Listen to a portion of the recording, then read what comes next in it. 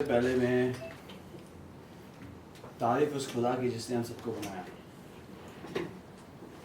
मट्टी से बने हैं और मट्टी में मिल जाएंगे। ये जो मुझे शौहरत मिली है, ये सारे लोग आप लोग हो यहाँ पर, उस्मान साहब, जावेद साहब, अबीर साहब, अंशु भाई, ये उसकी देन है। हर वक्त लाइफ में, ज़िंदगी में एक डेस्टिनी होती है हर किसी की। बड़ा अच्छा क्वेश्चन किया आबिर भाई ने कि उस वक्त में आपने क्यों किया वो सब चीज़। जैसा इन लोगों ने बताया मुझे, मैं बम्बई से एक स्लम में मेरी परवरिश हुई और मैं अभी इस वक्त मेरे अम्मी और मेरे अब्बा को बड़ा मिस कर रहा हूँ। मेरी अम्मी बड़ी बहुत हैवी है, इंशाल्लाह आप लोग सब मिलेंगे उनसे। वो हिंदू हैं और मेरे फादर मुस्लिम। तो ये पूरे हिंदुस्तान के लिए एक ऐसा एग्ज़ाम्पल है। जो चीज़ मैंने गरीबी में देखी है उनके साथ, जो तकलीफ़, जो उत्साह कि हमारा हिंदुस्तान पूरा एक गर्व है, एक मोटिवेशन है पूरी दुनिया के लिए। आज जो हुआ है कोविड में, मुझे वो दिन याद आ गए कि जब मैं कचरे से खाना खा रहा था। ये नहीं कि मैं अमेरिका की उस्ताह कर रहा हूँ या अमेरिका के बारे में ये बोल रहा हूँ कि हम सब वहाँ जा सकते हैं, लेकिन उस कंट्री ने हम सबको, इमिग्रेंट्स को बहुत कुछ दिया। इस दौर में काफ़ी लोग पूरी दुनिया में बहुत तकलीफ में थे। वो भूख, वो प्यास मुझे याद आई। और जो अबीर भाई ने पूछा मुझे वो दौर क्यों हुआ, कि क्रिसमस बहुत बड़ा त्यौहार है और हम सारे लोग पूरी दुनिया में, जो मुस्लिम समाज सेवा सब लोग की मदद कर रही है, या मैं कुछ कर रहा हूँ, या अबीर भाई, ये सारे लोग, ये ऐसा वक्त है पूरी दुनिया के अंदर कि हम एक दूसरे की मदद करना बहुत ज़रूरी है, बहुत ज़रूरी है। ये दिन जब मैंने अमेरिका में देखा कि इतने बड़े बड़े लोग लाइन में सुबह 4 बजे से 3 बजे से खड़े थे पेंडेमिक के दौर में, तो हमारा फ़र्ज़ बना और मुझे ये उनको दिखाना था, उनको बताना था कि यार हम इंडियंस सिर्फ अमेरिका से लेने नहीं आए हैं। आप लोगों ने हमको इतनी इज्जत दी है, इतना महत्व दिया है। तो मुझे अपने गुर्बत के दिन याद आए। और इस वक्त में ऐसे हालात हैं कि मैं चाहता हूँ कि मेरे वजह से, या जो ये संस्था कर रही है, जो उस्मान भाई हो, पूरी मुस्लिम संस्था कर रही है, बहुत कुछ हुआ है। मैं ये सब बोलना भी नहीं चाह रहा हूँ। जो लोगों को जलाया गया, दफनाया गया, और लोग अब हिंदू मुसलमान सारे मिलकर जो हम एक दूसरे की मदद कर रहे हैं। तो अबीर भाई, आपका सवाल यही था और उसका जवाब यही है कि लोग, आप लोग सब जितने भी हैं यहाँ पर, कि आप भगवान के पास जाएंगे मंदिर में, कुछ भी मांगेंगे, आपकी तकलीफ़ बयान करेंगे, वो मूर्ति में है, वो हिल नहीं सकता। हम मस्जिद में जाते हैं, सजदा करते हैं, मांगते हैं, वो खुदा दिख नहीं सकता। हम चर्च में जाते हैं या गुरुद्वारा में जाते हैं, वो दिख नहीं सकता। वो ढूंढता है लोगों को कि यार ये शाम आया था मेरे पास मांगते हुए, ये रहीम आया था, ये जोसेफ आया था मेरे पास मांगते, मैं कैसे हिलूँ, मैं तो स्टैचू में हूँ, मैं नज़र नहीं आ रहा हूँ। वो ढूंढता है कि वो, मैं किसको ढूंढूं जो मेरा काम करे। तो मेरा यही है कि आई थिंक उसने मुझे चुना उस वक्त में लोगों की जान बचाने के लिए, और मैं बहुत अपने आप पे गर्व फील करता हूँ कि उसने मुझे चुना, जो कि मेरे हालात सही नहीं थे या नहीं थे उस वक्त में। और जो आप लोग के थ्रू बहुत लोग एक दूसरे की मदद करते हैं। अबीर भाई को किसी चीज़ में चुना होगा, जावेद भाई को, उस्मान भाई को, तो वो चुनने वाला इंसान बनिए आप। अगर आपकी मकसद में, आपकी ज़िंदगी के अंदर आपकी मदद किसी से नहीं, अगर किसी ने भी आपसे मदद नहीं मांगी है, तो खुदा की कसम आपकी ज़िंदगी अधूरी है। वो बने इंसान के वो मूर्ति में, वो जीसस क्राइस्ट के स्टैचू में और खुदा में नज़र नहीं आता। वो ढूंढता है इंसान को। अगर वो इंसान आप बन जाए, आपकी ज़िंदगी खुदा के सम और मालिक के सम। आप लोग सब जानते हैं, आप लोग सब जितने लोग यहाँ पर आए हैं, आपके अल्फाजों में आप जर्नलिस्ट हैं, आपके अल्फाजों में इतनी ताकत है, इतनी ताकत है कि आप दुनिया बदल सकते हैं। मेरे फादर खुद न्यूज़ देखते हैं। अगर आप लोग बोल दें ये झूठ है तो वो झूठ है। अगर बोले बकरी का दूध पीजिए या आप ठीक हो जाएंगे, वो सच है। और भैंस का दूध मत पीजिए, ये ऐसा हो जाएगा, वो सच है।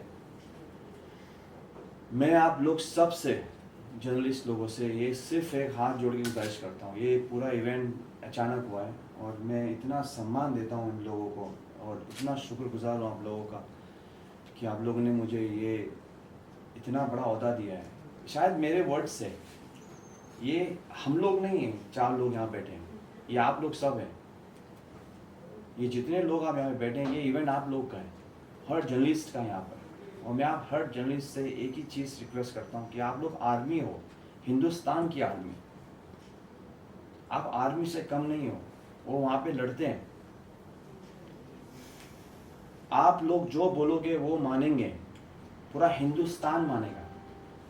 आप लोग प्लीज़, पूरे हिंदुस्तान में जो इस वक्त जो हुआ है वो यही है कि हम लोगों ने अपने माँ बाप को खोया है, भाई बहनों को कम। आप लोग रेशियो देख लें।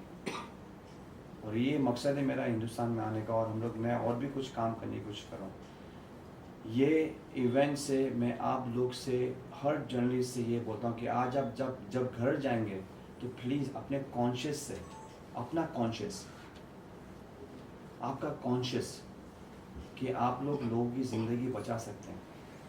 आप लोग उनको ये मैसेज दें कि अपने माँ बाप अगर बीमार हैं, उनको कोविड हुआ है, अगर वो क्वारंटीन हुए हैं, तो आप लोग उनको अकेला मत छोड़ें। आप लोग उनको अकेला मत छोड़ें, उनका टेक केयर करें, उनका हौसला बने, उनकी मदद करें, उनको प्यार करें, उनको मरते हुए मत छोड़ें। ये सबसे बड़ा मेरा मोटिव है। उनको इतने सारे चीज़ हो गई ऑक्सीजन लेवल पे जो हुआ है। अगर आप लोग ने कभी सोचा ये क्यों हुआ, कैसे हुआ, ये अचानक इतनी ऑक्सीजन लेवल पूरे हिंदुस्तान में कैसे आई? अगर आपका नाम क्या सर? जय सर। जिस बार अगर आपको बीमारी हो गई, आपको कोविड हो गया, आप रूम में हैं, क्या अपने बेटे को बुलाएंगे? आप मिलने बुलाएंगे उसको? आने नहीं देंगे ना? नहीं आने देंगे। या कोई भी मैम, सुप्रिया, आप सॉरी सुप्रिया, आप बताएं, अगर आपके बेटे को, आपको कोरोना हुआ, आपने बुलाएंगे अपने बच्चों को या किसी को? तो ये एग्जैक्टली यही हुआ है हिंदुस्तान के अंदर कि अचानक पूरे के पूरे हिंदुस्तान में अचानक ये सारे ऑक्सीजन लेवल कैसे आ गए इतना। यही हुआ है कि अगर सुप्रिया और इनको बीमारी हुई है, वो अगर खांसेंगे भी ऐसा डर के खांसेंगे, और वहाँ उनकी मौत हुई है। 7, 8, 9 दिन में उनके लंग्स कोलैप्स हुए और फिर बच्चे भागकर उनके पास गए और ये सारे माँ बाप को लेकर आए हैं वहाँ पर हॉस्पिटल्स में। अगर हम ये चीज़, ये मीडिया ही है, इनके पास नहीं जाना, इनके करीब मत जाना, इनको बीमारी है, इनको ये नहीं करना, इनसे दूरी बनाए रखें, क्वारंटीन कीजिए, और उसमें हमने सारे माँ बाप लोगों को खोया है। मैं आप सब यंगस्टर्स से ये बोलता हूँ कि एक मोटिवेशंस, मैं आप सब लोगों को प्लीज़ अपने माँ बाप की टेक केयर कीजिए। वो ठीक हो सकते हैं, वो ठीक, खुदा की कसम ठीक हो सकते हैं। आपको अगर एक इंसान को कैंसर है, उनको बोल दो आप कि आपको कैंसर है, आप 3 दिन में मरने वाले हो, वो मर जाएगा। कोरोना वायरस ऐसा है कि अगर आप किसी को बोल दें, उसके दिमाग में ऑलरेडी मेंटालिटी फिक्स हो गई कि मैं मरने वाला हूँ, मेरे बच्चे भी मर जाएंगे अगर मैं को छूऊंगा। बड़ी अच्छी बात कही है जैसे कि फारूक खान साहब ने जी कि कोविड के दौरान आप अपनों को ना छोड़ें, जी जब उन्हें मोरल सपोर्ट की जरूरत होती है, जब एक दूसरे की जरूरत होती है, यही नहीं है कि आप उनसे छू करके ही या उनके लिए पैसा देकर के ही उनकी हेल्प कर सकते हैं। आप उनका साथ निभाएं, उनसे बातें करें, भले ही दूर रहें, तो ये बहुत जरूरी है। और मैं इसी के साथ आप सभी का बहुत बहुत शुक्रिया अदा करता हूं कि आप लोग आए, और हमारे लोगों की शुभकामनाएं हैं फारूक खान साहब के साथ कि ये ऐसे ही मदद करते हैं लोगों को, करते रहें लोगों की, और हिंदुस्तान का नाम ऐसे ही रोशन करते रहें, और हर मजलूम के संग मुस्लिम सेवा संघ। जय हिंद। बहुत बहुत शुक्रिया सबका। और आप लोग प्लीज़ मेरा मैसेज पूरी दुनिया में, पूरे हिंदुस्तान में फैलाएं कि प्लीज़ अपने माँ बाप की टेक केयर करें, अपने प्यारे उन लोगों की टेक केयर करें और मदद करें उन लोगों की। Thank you so much. आपके कोई क्वेश्चन हो तो प्लीज आप पुट अप कर सकते हैं। हिंदुस्तान का नाम मैंने उस वक्त में सोचा नहीं था, या मैं एक सोच वाला बंदा नहीं हूँ कि वो चीज़ करने के लिए मुझे कुछ काम करना पड़ा।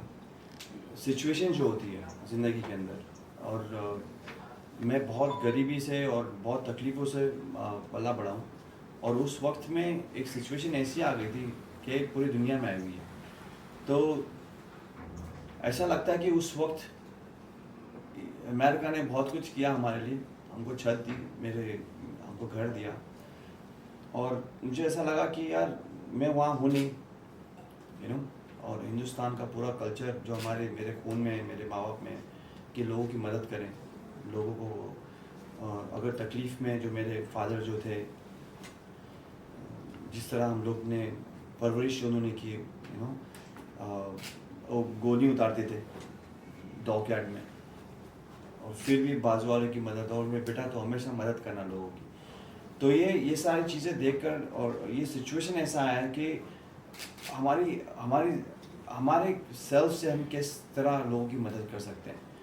तो वो लगा मुझे कि इस कंट्री ने हम लोग को बहुत कुछ दिया है, तो क्यों नहीं यार, अगर मैं वहाँ नहीं, अगर मैं वर्ल्ड के जिम्बाब्वे में होता, अफ्रीका में होता, मैं वहाँ भी यही करता।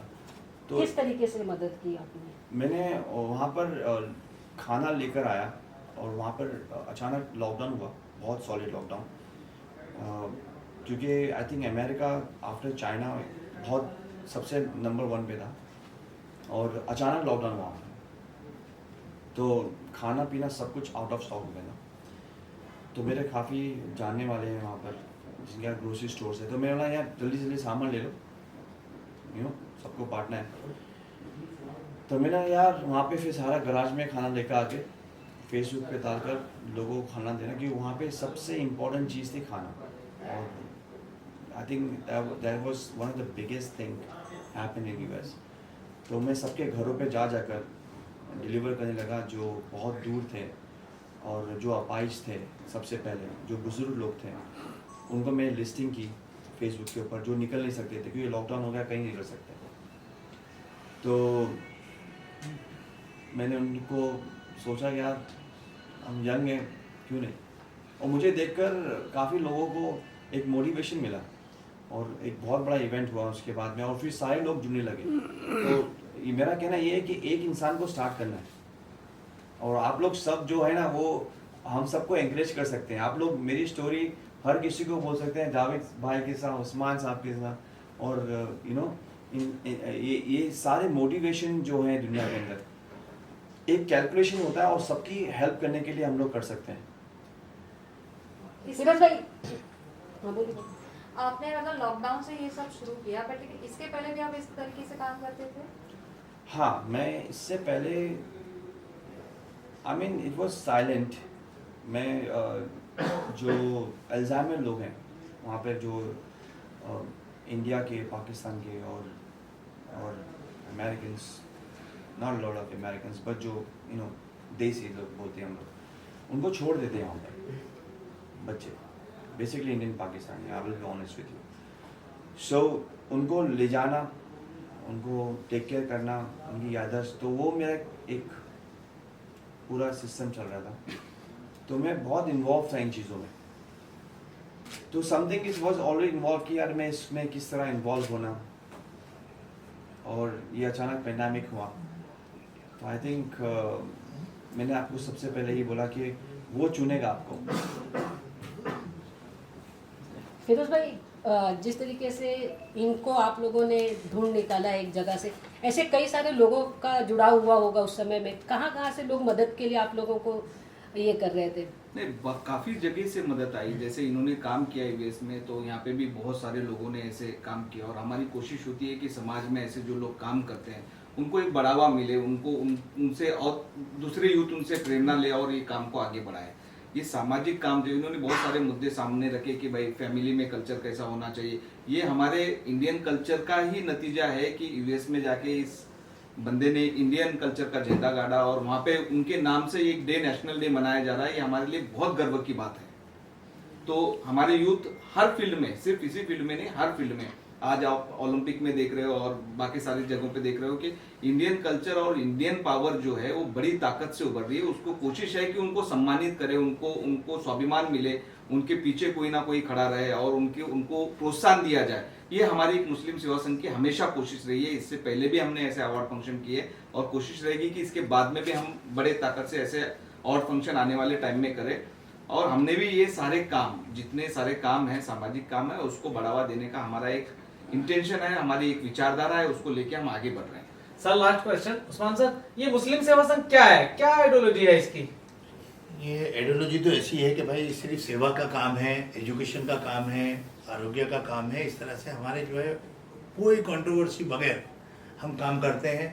ना हमें मंदिर को देखना है, ना हमको मस्जिद को देखना है, ना हमको चर्च को देखना है, हमको सेवा करना है। ये सेवा का काम हमारा मुस्लिम सेवा संघ का है, और इसी के अंदर ना कोई पॉलिटिकल पार्टी से रिलेटेड है। हमारे पास आपको शिवसेना के लोग मिलेंगे, हमारे पास आपको बीजेपी के लोग मिलेंगे, हमारे पास आपको कांग्रेस के लोग मिलेंगे, हमारे पास राष्ट्रवादी के लोग मिलेंगे, और इस तरह से कोई भी पॉलिटिकल पार्टी है उसके हर एक बंदे हमारे साथ में जुड़े हुए हैं, और हम एक समाज के लिए अच्छा काम करने का और अच्छा मैसेज देने का काम कर रहे हैं। इसके अलावा हमारा और कोई वो नहीं है।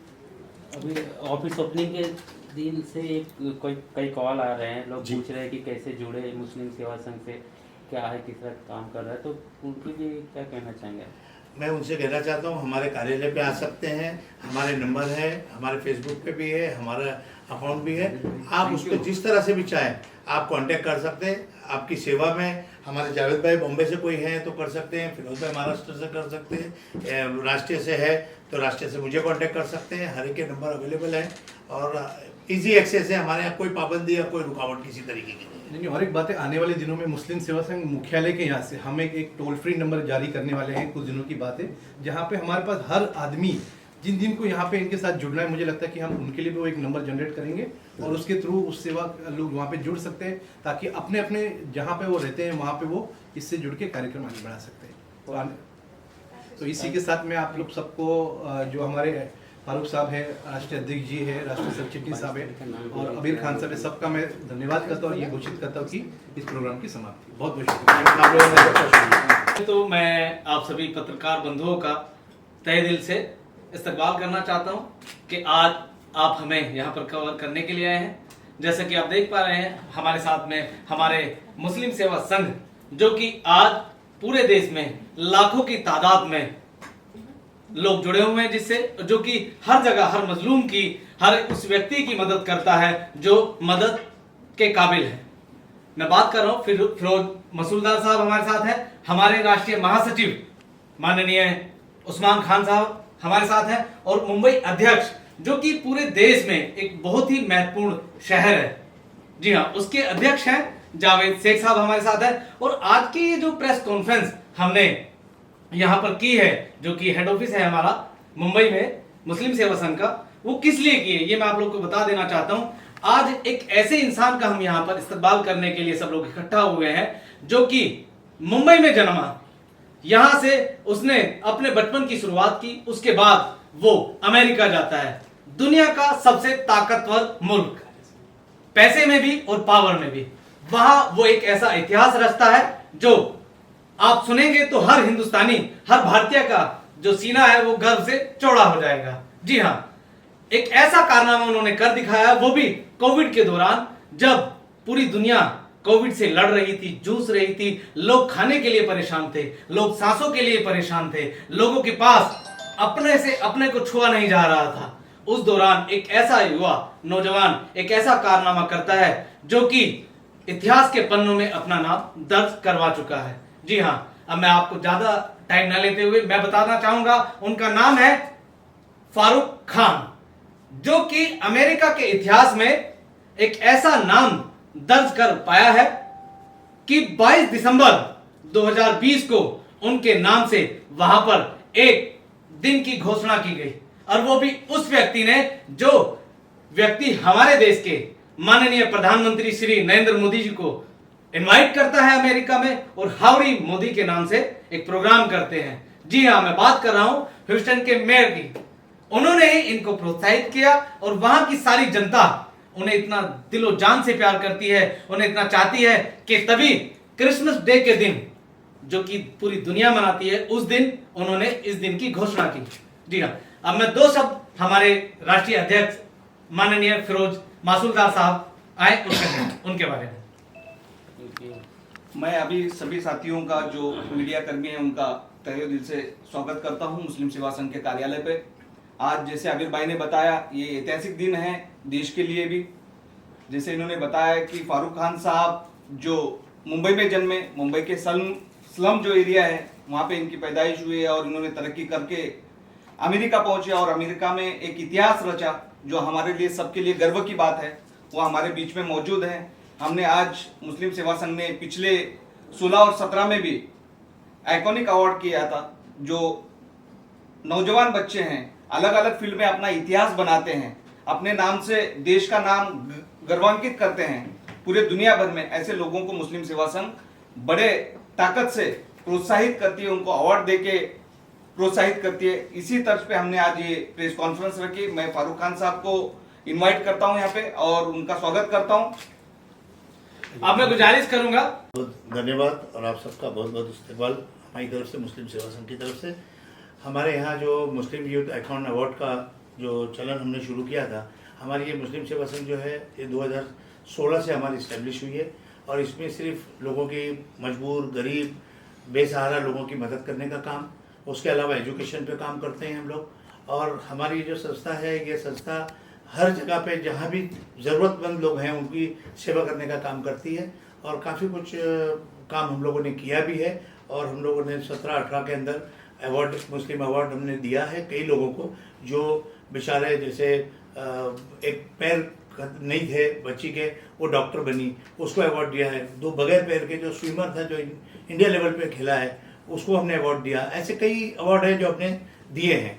अब ये एक हमारे लिए गर्व की बात है कि आज हमारा एक स्लम में जन्मा हुआ बच्चा जो बड़ा होता है, अपनी नौकरी रोटी की तलाश में यूएस जाता है। यूएस जाने के बाद में वो ह्यूस्टन के अंदर एक कोविड के दौर में लोगों की मदद करने के लिए निकलता है और लोगों की मदद करता है, और यहाँ तक की मदद करता है वो बेचारा अपनी सैलरी यहाँ से दोस्तों से सब करने के बाद।